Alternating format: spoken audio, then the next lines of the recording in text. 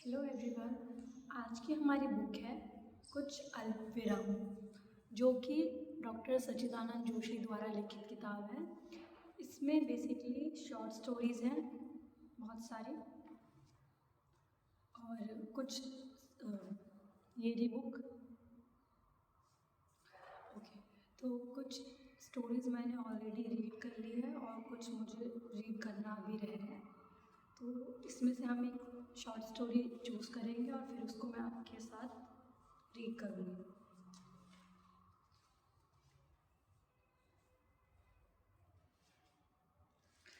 Book के starting में भूमिका दे रखी है यहाँ पर कि कुछ अल्पविराम के बारे में 2-3 पेजों की भूमिका दे रखी है। उसके बाद अनुक्रम जो कि इंडेक्स है, उसमें काफ़ी सारी स्टोरीज़ हैं, जैसे कि आप देख सकते हैं। तो इसमें से हम एक स्टोरी पढ़ेंगे,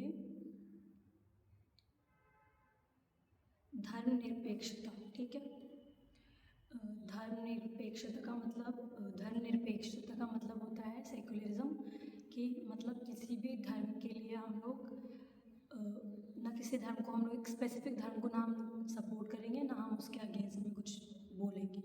और जैसे कि आप जानते हैं, हमारी कंट्री इंडिया एक सेकुलर कंट्री है, धर्मनिरपेक्ष कंट्री है। मतलब कि हम किसी भी धर्म को प्राथमिकता नहीं देते, हमारे सभी धर्म समान हैं और हम किसी के लिए हम लोग बुरा भी नहीं बोलते।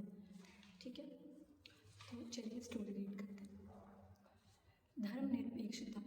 अपने ऊपर आई एक कठिन आपदा से मुक्ति पाने की मुराद लिए गुरुवार के दिन टोपी वाले बाबा की दरगाह पर माथा टेकने गया। टोपी वाले बाबा की मज़ार के बारे में बता दूं कि वह शहर के सबसे व्यस्ततम मार्ग के बीचों बीच स्थित मज़ार है। वहाँ पर बमुश्किल 20-25 आदमी एक समय में खड़े रह सकते हैं, लेकिन वहाँ की सिद्धि इतनी ज़्यादा है कि दूर दराज से लोग वहाँ आते हैं। अपने मन में ख्वाहिश लिए, मुराद लिए लोग आते हैं। मान्यता है कि बाबा मांगी हुई मुरादें पूरी कर देते हैं, इसलिए यहाँ श्रद्धालुओं का तांता लगा रहता है। गुरुवार का दिन तो विशेष रहता है। इस दिन श्रद्धालुओं की भीड़ रहती ही देखते ही बनती है। सड़क के दोनों तरफ श्रद्धालु खड़े रहते हैं। चूँकि मज़ार के पास जगह संकरी है, इसलिए सड़क के किनारे लाइन लगानी पड़ती है। गुरुवार के दिन तो नंबर आने में कई बार 2-2.5 घंटे भी लग जाते हैं। फिर भी आस्था का प्रभाव ऐसा है कि लोग बिना शिकवा शिकायत खड़े रहते हैं। बच्चे, बूढ़े, पुरुष, महिलाएं सब। जो ही दरगाह से निकला, भिखारियों के हुजूम ने घेर लिया, जिसमें बच्चे, बूढ़े, औरतें, मर्द, अलग अलग आयु वर्ग और शारीरिक स्थिति के भिखारी शामिल थे। सभी भीख मांगने और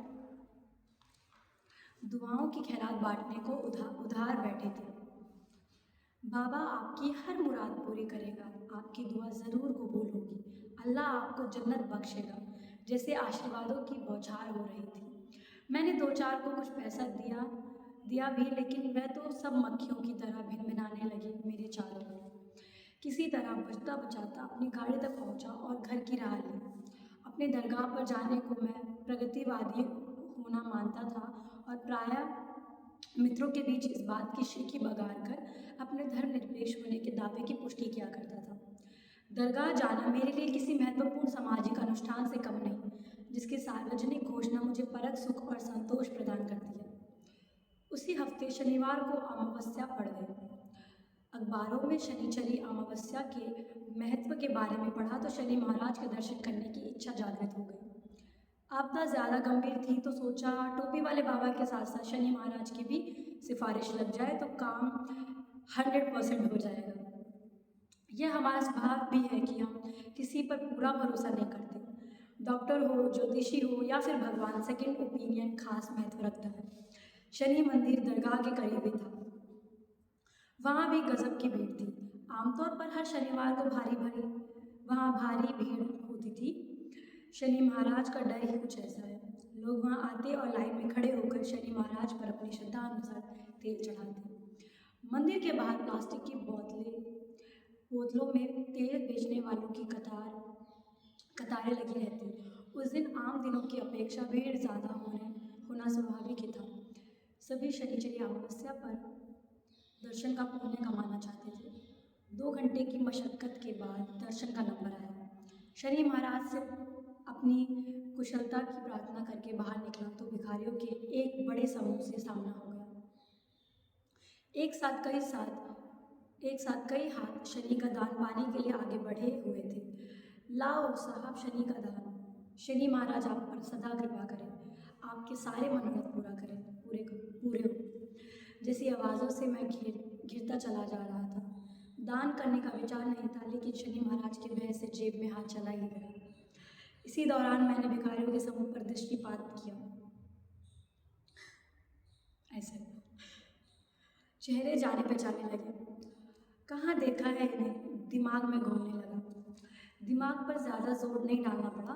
याद आया कि 2 दिन पहले ही तो इस समूह को टोपी वाले बाबा की दरगाह पर भीख मांगते देखा था। सारे चेहरे पहचान में आने लगे। कमोबेश वही चेहरे थे। मैंने उन्हें पहचान लिया था, लेकिन वे मुझे नहीं पहचान रहे थे। मैं तो उनके लिए उन अनगिनत भक्तों में से एक था जो अपनी मुरादें मनवाने आया था। मैं वही था, लेकिन वे बदल गए थे। उनकी भाषा बदल गई थी। परसों जो सिर पर सफ़ेद टोपी लगाए थे, आज उनके माथे पर बड़ा सा तिलक था। परसों जो अल्लाह से मेरी खैरियत की दुआ मांग रहे थे, वे आज शनि महाराज के नाम पर मुझे आशीर्वाद देने को आतुर थे। मैं उन्हें जता देना चाहता था कि मैंने उन्हें पहचान लिया है और मैं उनका छदम आडंबर चूर चूर कर देना चाहता था, लेकिन नहीं कर पाया। और वह उसी निर्लिप्त भाव से भीख मांगते रहे। उनके लिए दरगाह पर भीख मांगना और मंदिर में भीख मांगना एक जैसा ही था। उनके लिए अल्लाह के नाम पर और भगवान के नाम पर आशीर्वाद देना एक ही जैसा था। वह किस धर्म के अनुयायी थे, यह उनकी भंगिमा या वेशभूषा से पता लगाना कठिन था। पता चल भी जाता तो उन्हें क्या फ़र्क पड़ने वाला था। उनसे उनके धर्म के बारे में या आस्था के बारे में प्रश्न करने या शंका करने का अधिकार मुझे कैसे मिल सकता था।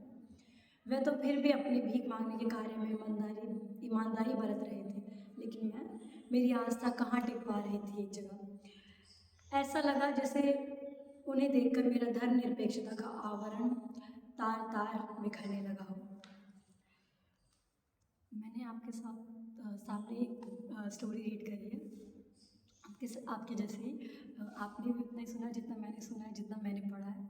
तो आपको भी लगा होगा कि इतनी अच्छी इंटरेस्टिंग स्टोरी, जैसे कि हमारा एक परसेप्शन है धर्मनिरपेक्षता का, कि हम लोग किसी एक धर्म के अनुयायी नहीं हैं।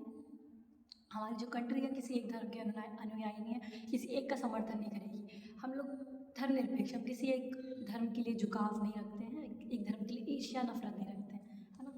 तो यहाँ पर इसमें दिखाया गया कि जो राइटर है अपना, जो गया है दर्शन के लिए, तो वो पहले दरगाह जाता है, फिर उसके बाद वो शनि मंदिर जाता है। तो इसमें उसका दिखाया गया कि वो एक धर्म के लिए ईमानदार नहीं है, लेकिन जो वहाँ के भिखारी है वो अपने काम के लिए ईमानदार है। अपनी भीख मांगने की जो उनकी है काम, उसके लिए वो ईमानदार है। वो किसी एक धर्म के लिए समर्थक नहीं है, एक धर्म के विरुद्ध नहीं है, और अपनी काम में वो ईमानदारी बरतते हैं। इसमें वो लोग हमसे ज़्यादा धर्मनिरपेक्ष है। बेसिकली ये है कि हम उनसे उनके धर्म के बारे में, उनकी वैल्यू सिस्टम के बारे में कैसे पूछ सकते हैं, जब हम ही लोगों की ऐसी है, हमारे ऐसे विचार है कि हम ही लोग धर्मनिरपेक्ष नहीं बन पा रहे हैं, तो हम उनके धर्म के बारे में कैसे पूछ सकते हैं। काफ़ी हद तक मेरे को अच्छी लगी स्टोरी।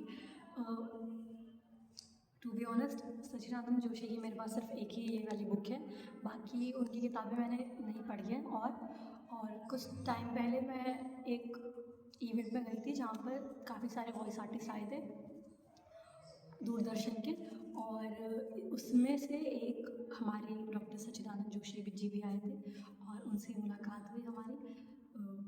और मेरा मन था कि मैं ये वाली बुक लेके जाती और मैं ऑटोग्राफ लेती, लेकिन अनफॉर्चुनेटली मेरे को पता नहीं था, एकदम सडनली वो इवेंट में जाना हो गया, तो I was not prepared well.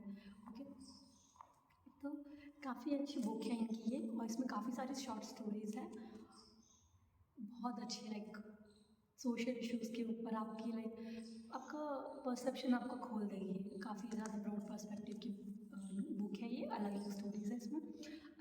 Social issues के बारे में भी जान सकते हैं इससे। तो आपकी इच्छा है, आप इसे खरीदना चाहें खरीद सकते हैं। This is not a paid promotion, ठीक है। और आपकी इच्छा है, आप इसे PDF के द्वारा पढ़ना चाहते हैं पढ़ सकते हैं, या तो मैं आपको इसकी बुक की और शॉर्ट स्टोरी सुनाऊँगी, तो आप मेरे यूट्यूब चैनल पे भी देख सकते हैं उसको, ठीक है। Bye, take care.